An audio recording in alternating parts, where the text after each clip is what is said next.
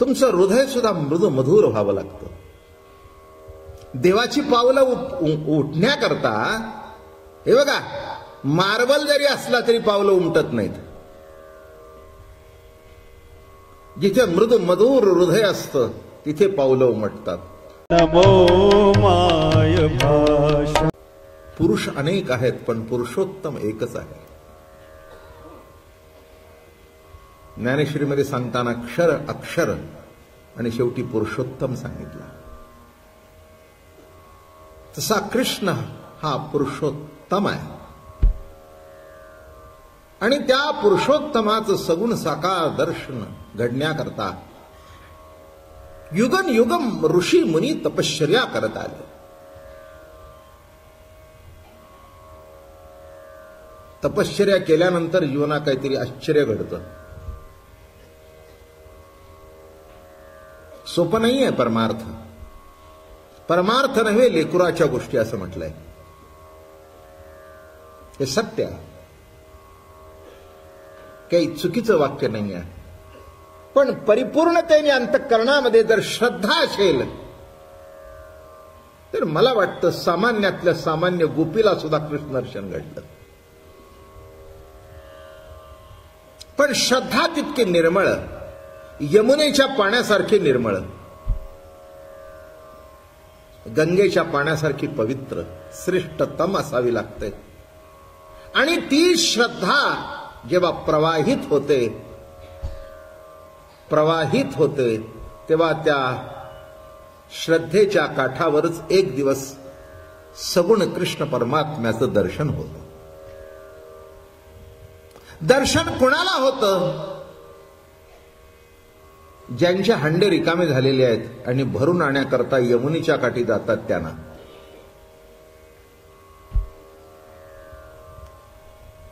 तुमचे जे हंडे तुमच्या विचारानेच पूर्वीपासून भरलेले असतील तर आमचे शब्द तरी काय राहणार आहेत,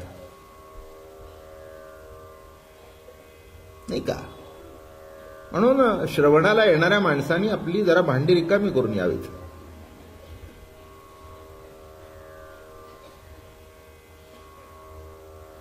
असं घडलं, एकदा एक चिनी साधू होते, मोठे मोठे सत्पुरुष होते आणि त्यांच्याकडे एक तरुण गेला, साधक गेला. हा प्रश्न विचारतोय, तो प्रश्न विचारतोय, तो प्रश्न विचारतोय, तो प्रश्न विचारतोय. ते म्हणाले, महाराज जरा आमच्या प्रश्नाची उत्तर द्या. ते म्हणाले, बाबा मी आहे म्हातारा, जरा चहा कर, मला जरा मदत कर. त्यांनी चहा केला. तूही घे, मलाही दे. थांब म्हणाले, मी तुला चहा देतो.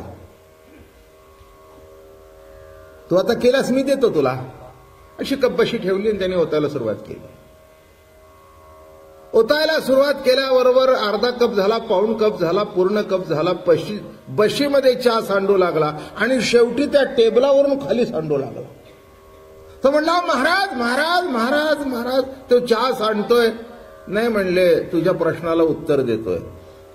तुझं जेवढं पूर्वी भरलेलं आहे, जे भरलेलं आहे ते खाली सांडतंय, माझं केव्हा शिरणार? तेव्हा तुझं जे भरलेलं आहे ते पहिलं रिकामं कर, म्हणजे मग माझं शिरायला जागा पडेल. तसं विद्वान होते, ज्ञानी होते, संन्यासी होते, ब्रह्मचारी होते, आत्मनिष्ठ होते, ब्रह्मनिष्ठ होते, पण गोपी नव्हते. गोपी शब्दाचा अर्थ मागे आपल्याला मी सांगितला. गोइंद्रियातून प्रभू प्रेमाचं रसपान जी करते, रसपीते, गोपी. जी रसपीत असते ती गोपी. आणि अशा गोपींना गोकुळामध्ये कुणाचं दर्शन घडलं?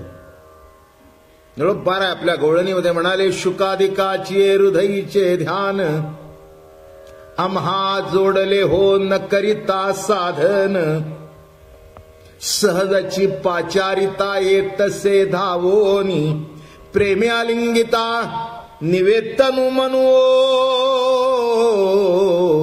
ऐशा गवळणी त्यानंद भरिता.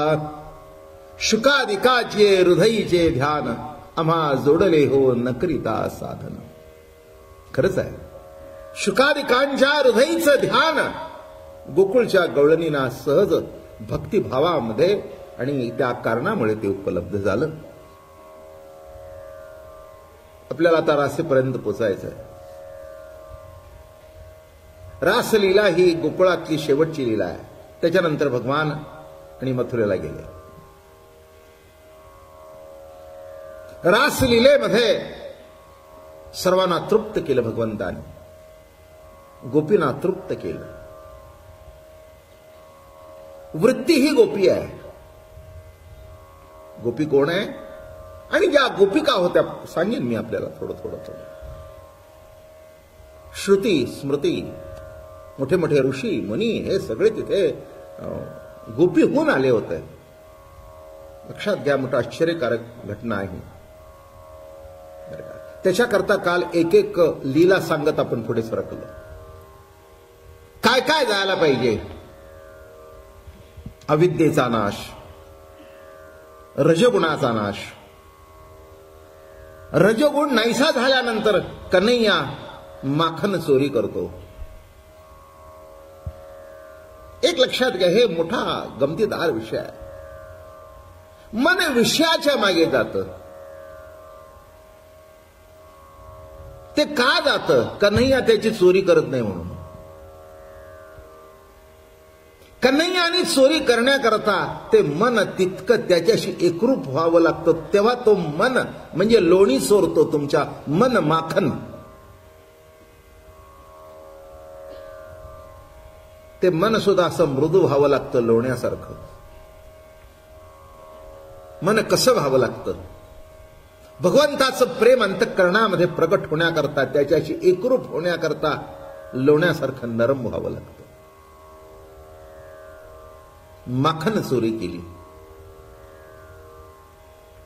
चित्त चोर म्हटलं त्याला, बरं का. तू आमचं मन चोरलंस म्हणजेच माखन चोरलं. म्हणून लक्षात घ्या, काही काही माणसं म्हणतात कृष्णाने लोणी चोरलं. अरे त्याच्या काळामध्ये काही खायला मिळत नव्हतं का तो चोरत होता? तो लीला परमात्मा आहे, लीला भगवान आहे, लीला अवतार आहे. जन्म जन्मांतरापासून ज्यांनी तपश्चर्या केली, याचे भेटी लागे वृत्ती उपवास, सेविली गंगेची तटाके उदास, त्याची सुकृतास याजी आली नेणो घोष हो. याची भेटी लागे वृत्ती उपवास, सेविली गंगेची तटाके उदास. जन्म जन्मांतरापासून कृष्ण परमात्म्याचं दर्शन घडावं म्हणून त्याची उपासना करत होते. आणि त्या उपासनेची फलश्रुती म्हणजे कृष्ण भगवंताचा अवतार. आणि म्हणून असं सांगतात, माखन चोरलं नाही का. तुमचं हृदय सुद्धा मृदू मधुर व्हावं लागतं. देवाची पावलं उठण्याकरता हे बघा, मार्बल जरी असला तरी पावलं उमटत नाहीत. जिथे मृदू मधुर हृदय असतं तिथे पावलं उमटतात. तुम्ही म्हणाल हा मार्बल आम्ही 200 रुपये स्क्वेअर फूटचा आहे. नाही नाही नाही उमटत, नाही उमटत, नाही उमटत. काय तसं तुम्ही म्हणाल मी इतका शिकलेलो आहे, तुम्ही म्हणाल 4 वेद शास्त्र मार्बल आहे, 18 पुराण ग्रनाईट आहे उत्तम, नाही पावलं उमटत. कारण कठीण आहे. हृदय कसं लागतं? मृदू मधुर. काय अंतःकरण कसं लागतं? मुलायम लागतं, मृदू मधुर लागतं. तसं कृष्ण भक्ती करून, उपासना करून गोपिकांचं अंतःकरण असं मृदू मधुर झालं होतं. आणि म्हणून त्याची चोरी केली. काय असतं हे मृदू मवाळ, हे जे मन आहे की नाही, त्याची चोरी करण्याकरता ते मडक्यात अडकलेलं आहे. पण एक गंमत अशी आहे, हे मन कशात अडकलेलं आहे माहितीये का तुम्हाला? आसक्तीच्या मडक्यात अडकलेलं आहे. कशाचं मडकं सांगतोय नीट लक्षात घ्या. आसक्तीचं मडकं. त्या आसक्तीच्या मडक्यात मन अडकल्या कारणाने ते लवकर पोचता येत नव्हतं. म्हणून देव म्हणले हात घालायचा नाही, याला काठी मारून फोडून टाका. आसक्तीचं मडकं फुटलं पाहिजे. एकदा मडकं फुटलं ना की साठवायची जागा संपली. बरं का. आसक्ती संपली की अनासक्ती आली. आणि अजून सांगतो, आसक्ती संपली की विषयांची सक्ती संपली. गोड शब्द प्रयोग आहे. आसक्ती संपली की विषयांची सक्ती संपली. आसक्ती आहे म्हणून सक्ती आहे. धन पाहिजे, दौलत पाहिजे, नाव पाहिजे, लौकिक पाहिजे, विषय पाहिजे. आसक्ती आहे. आसक्ती तुमच्यावर सक्ती करते. आणि सक्ती केल्यानंतर मग एकदा धनाची सक्ती करू लागलं मन, आसक्ती करू लागली म्हणजे ते वाटेल त्या पद्धतीने कमवतं, संपतं एक दिवस. चोऱ्या सुद्धा करतो. आपण काही वेळेला असं पेपरमध्ये वाचतो की लक्षाधीशाची मुलं चोरी करतात. म्हणजे हेही असं आश्चर्यच आहे की लक्षाधीशाचा मुलं चोरी का करतात. नाही, आसक्ती. आणि ती आसक्ती त्यांना सक्ती करते. मग त्यांचं मन त्यांच्या ताब्यात राहत नाही आणि मग वाटेल ते करतात आणि एक दिवस नको ते घडून जातं. तसं इथे काय केलं भगवंतानी, आसक्तीचं मडकं फोडून टाकलं. संसाराची आसक्ती असू नये असं मी म्हणत नाही, पण जेवढी असायला पाहिजे तेवढी असली तर बरी. वाजवीपेक्षा जास्ती त्रास होतो. जेवणामध्ये शेवटी आपल्याला तूप वाढतात. अत्यंत उत्कृष्ट म्हणजे तूप, म्हणून शेवटी वाढायचं. मराठीमध्ये एक शब्द वापरला जातो, अन्नशुद्धी. तूप म्हणजे काय आहे? खेड्यामध्ये अपभ्रंश झालेला शब्द आहे अनसूट. अपभ्रंश काय झाला? अनसूट. म्हणजे अनसूट वाढलं का? म्हणजे एकदा अनसूट वाढलं की आता सूट. म्हणजे जेवायला आता मोकळा सुटला. हा ना. काय पण खरा शब्द त्याचा असा आहे, अन्न शुद्धी. अहो सुरुवात करा ना. आमच्या गुरुजींना विचार, ते म्हणतील अहो तूप वाढा ना. तूप वाढा. तूप वाढलं की पार्वती मध्ये हर हर. पण तूप पाहिजे. अन्न शुद्धी आहे, पवित्र आहे. ते घातल्याशिवाय जमत. तसं काही काही गोष्टीमध्ये नीट लक्षात ठेवा. आता जेवण एवढं पण तूप एवढं. एवढंच, जास्ती काही घालायचं नसतं. काही पेलाभर ओतायचं नाही. भाताच्या मुदी बरोबर तुपाच्या गोळाची मूठ ठेवायची नसते, बिघडून जाईल. तसं मला म्हणायचंय की एवढी आसक्ती नको, थोडी थोडी ठीक आहे. पण आपण इतकी आसक्त झालो की त्या संसारातून बाहेर पडायला वेळ नाही, इतकींचीच सवड नाही. हे काही मी तुम्हाला सांगायची गरज नाहीये. आपण सगळे संसारिक आहोत, त्यामुळे आपला हा अनुभव आहे. त्यातल्या त्यात एक महिनाभर का होईना चमचाभर इकडे येतंय रोज. काय म्हटलं? एक महिनाभर एक चमचाभर का होईना संसारातला बाजूला वेळ काढून, बायका स्वयंपाक वगैरे करून, पुरुष अगदी वेळ काढून बरोबर संध्याकाळी 5 मिनिटं अगोदर का होईना, 10 मिनिटं का हजर. म्हणजे त्याच्यातला भाग असा आहे, एवढा संसार असू दे पण एवढी तुपाची धार असली तरी तुमचं संपूर्ण जीवन पवित्र करील. अन्नशुद्धी आहे, अन्नशुद्धी आहे. म्हणून ही कृष्ण कथा कशी आहे, हे भागवत कसा आहे तर अन्नशुद्धी करणारी आहे. कृष्ण नामाने जीवन शुद्ध होतं, जीवन पवित्र होतं. नामे तरला नाही कोण, ऐसा द्यावा निवडून. जगद्गुरु तुकाराम महाराजांनी प्रश्न विचारला, अरे आज जगामध्ये असा एक तरी काढा की ज्यांनी नाम घेतलं आणि तो तरला नाही. म्हणून या ठिकाणी कृष्ण चिंतन कृष्ण स्मरण करण्याकरता आपण येतो. आणि म्हणून म्हटलं मी की आसक्तीचं मडकं फुटल्यानंतर काय झालं असं आहे, संसाराची आसक्ती नष्ट झाल्याशिवाय प्रभू जीवाच्या हातात सापडत नाही. आपण एक एक पायरी पुढे चाललोय. जास्ती काय अगदी प्रत्येक डिटेलमध्ये सांगत नाही, पण पुढे पुढे सरकत जाऊ. म्हणजे 2 वर्ष जे ऐकलं, कारण आता शेवटी रासलेला आहे. काय काय सुटत गेलं म्हणजे काय काय भेटतं आणि काय काय सोडावं लागतं. अजून एक शब्द नीट वापरतो, सोडावं लागू नाही तर सुटावं. ज्याने सोडलंय तो केव्हा धरेल सांगता येत नाही, आणि ज्याचं सुटलंय त्याला धरण्याचा प्रश्न येत नाही. बरं का, ज्याची दारू सुटली ना तो पुन्हा पित नाही, पण बळजबरीने जर सोडली असेल ना तर हळूच.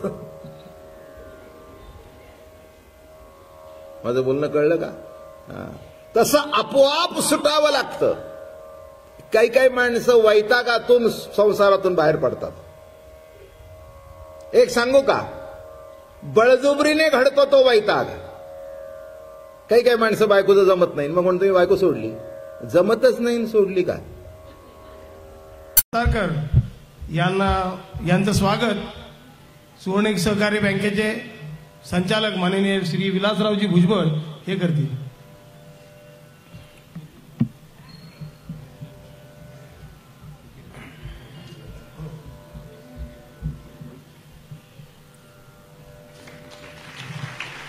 त्याचप्रमाणे गुरुमाऊली ज्ञानेश्वर महाराजांच्या ग्रंथाचं स्वागत श्री अमर कोदरे करतील.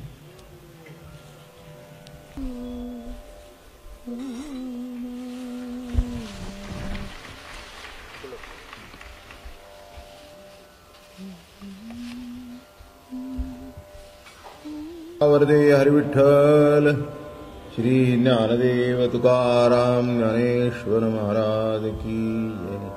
तुकाराम महाराज की जय. सद्गुरु दादा महाराज अप्पा महाराज की जय.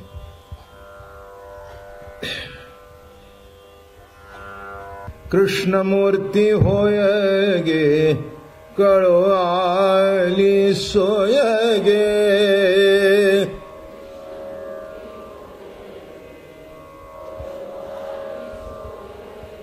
कृष्णमूर्ती होय गे कळो आली सोय गे.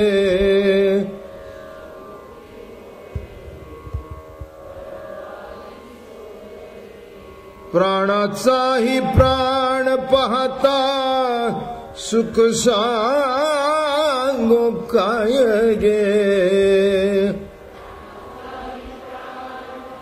ती गोपी बाळा गे गोपी बाळा गे. तुळशी माळ गळा गे कस्तुरीचा टिळा गे.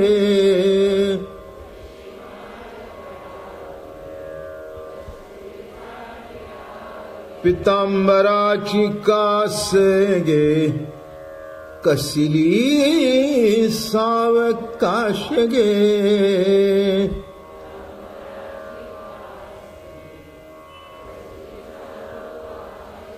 नारद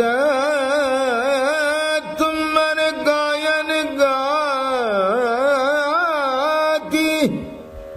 नारद तुमर गायन गाती. पुढे निज दास गे तुळशी माळ गळा गे कस्तुरीचा टिळा गे.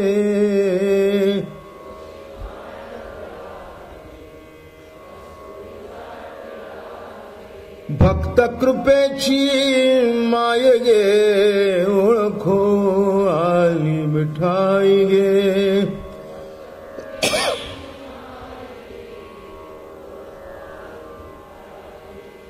भक्त कृपेची माय गे ओळखो आली मिठाई गे.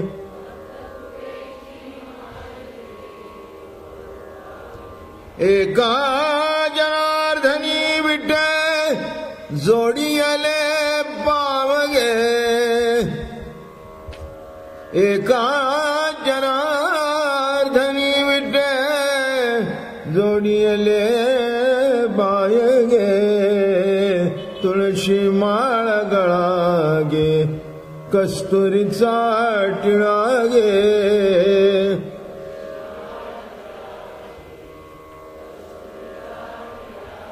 अर्धांगी रुक्मिणी विंजणे अर्धांगी रुक्मिणी विंजणे वारिती गोपी बाळागे गोपी बाळागे तुळशी माळा गळागे कस्तुरीचा टिळागे